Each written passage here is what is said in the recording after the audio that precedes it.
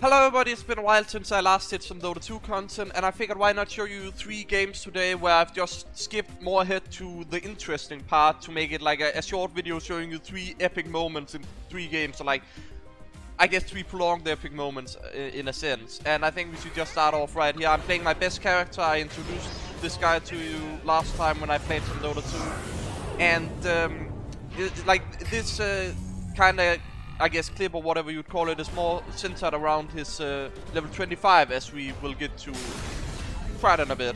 And that is the minus 35 seconds cooldown on Thunder, which is this, that allows him to swap his HP with one opponent, or an ally for that matter. And it leaves them at 25% HP. So, like if I have 1 HP and I swap with an ally who have also 1 HP, both of us will have like 25% HP. That's a way it can work as an example. But it can also work as like the enemy have 100% HP, I have below 25% HP, I swap, they have 25% HP, I have 100% HP. So it's a very powerful tool, especially if it only have 5 seconds cooldown. And let's just move ahead here. Look, this is where their carry, we can look at the golden border here, their carry have buyback, and if they want to fight like this, they should have bought back their carry, because now we're just tearing them apart like this. I mean, yes, they only lost 1 guy, but that could have totally went wrong for them. And that's the thing you need to keep in mind. Now, this guy respawns, and this is where, like, you've got to buy back here. If you want to take a fight, either you leave those, or you buy back. But, seems to not be the case. They're still taking the fight. I mean, they definitely shouldn't do this. But they still want to take a fight. I mean, now this is when they should go in. This is when they should go in, because their carry is up. But then everybody's retreating now, and their carry is pretty much alone. And I'm just attacking the buildings, making them kill themselves with like my Q here, which makes an illusion of them. And I'm actually in luck, because their carry Spectre here have gone for a very glass cannon build that does a lot of damage. So she's basically killing herself, literally, on her own illusion, as you could see there.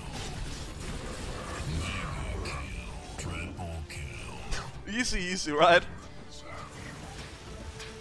I'm level 25 now. I can just waste this now to be fully HP. I don't need to save it anymore to like a crucial moment. I'm just like, oh, I don't have full HP. Yeah, I'm gonna use it. And I'll take that. Easy. Oh, I'm low again. Yeah, I'll take that. Thank you. And I mean, my entire team were dead, but I'm just finishing the game now.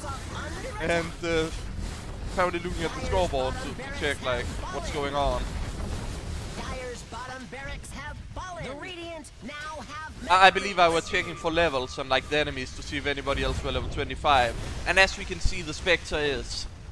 So, just if anybody were wondering about that little thing. I think we'll skip a bit ahead, because if I recall correctly, I do not get that kill. I'm like, yeah, okay, it's not worth dying for, and there's nobody with IHP I can swap with. But that's gonna be around 2 in a bit. We're just gonna go to it. I believe this is around round 2. I'm just like, yes, I'll take that. Getting godlike right there. We're slowing it down a bit again. But yeah, they're about to respawn, and this is like their final attempt. Keep in mind, their carry also had buyback for a while, but rather wanted the hard, which is like, yes, if you had that earlier, it would have been good, but you didn't. Which means that you're getting run over. So it's like, either buy back earlier to defend the base, to like extend the time, or just buy your item, or at least a bit more tankiness so you wouldn't die in the situation you died. And we have a cheeky little, yep, I'm not dying, and the game ends. So that was a pretty fun game, and I think we'll just take a look at the scoreboard before we move on to the next game. And here we have the scoreboard for like the end result and everything, and you can see like their carry was actually doing pretty much as good as me. It's just a few mistakes, and that cost them the game, and that got me to level 25. Else they might as well have been able to win this game, potentially. If they had just, you know, played it a bit smarter, maybe if their carry had bought back, or if they had like just sacrificed the middle barracks, let us take at least the ranged one, and then go in when Spectre respawn, like their carry here, and just go in with like 4 or 5 people instead of like 3 at a time. But yeah, that's like the scoreboard. Pretty funny game, and I think we'll just move on to the next one.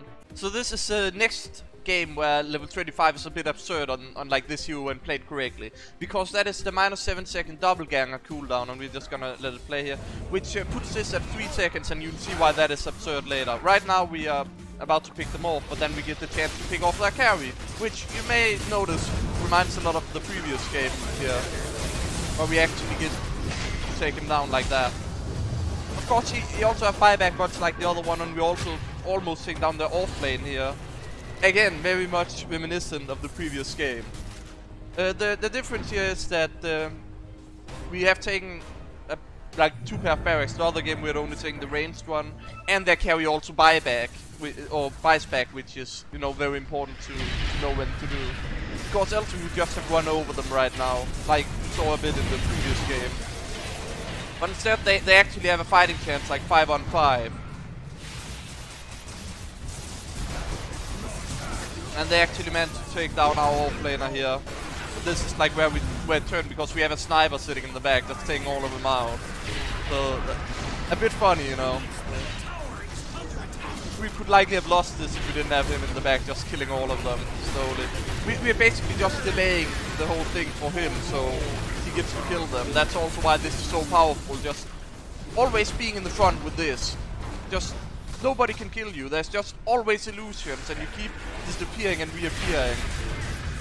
So powerful when used correctly. And as you can see, we're just spamming it right now to make illusions and to be hard to catch, basically.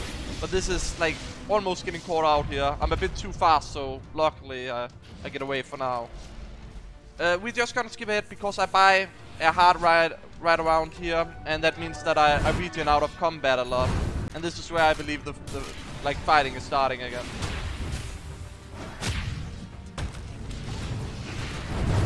So I already kind of have the combo going, which is like the hard and this, which makes me pretty much invincible. And at least that's my version of it. I know you aren't completely invincible, but you're very hard to kill, and that's the whole point. Especially when you also have a sniper on the team which can sit in the back and abuse the fact that you're always alive in the fight, even if you don't necessarily do that much damage as you could otherwise.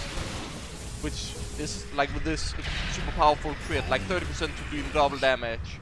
But the thing is, I don't think you really need that. You just need to be able to be alive and not die, and you'll see like the power of it in a bit and the absurdity of it. Because we're getting right around to it. They think they're safe in their own fountain, and usually yes, they're right. You probably saw in like the previous game as well that I showed with Terrorblade just that I almost died in their fountain when I went for a kill. But here I'm just like, you know what, no problem. I'm doing a bit of damage, but no problem. I'm killing them in their own fountain, their own base. Like, this is to prevent, like this fountain here, like the thing here that I can't really target, but it's to prevent this fountain camp. But I got targeted by the fountain. You can see how fast I just dropped, and now I'm like trying to regen again so I can go in again. But you kind of see the absurdity that I can sit in the fountain while they are attacking me, and basically just stay in there forever. They're kind of trying to prevent me from regening, but now it's too late, and now I'm just regening a lot. And I'm ready for round 2. I'm going in again, just sitting here, having a blast. Oh, this is so absurd if you think about it, because I can tank this. Provided I keep spamming this, of course. So here we have the scoreboard. It actually ended quite as a stomp, you know, like they had 17 kills, we had 51.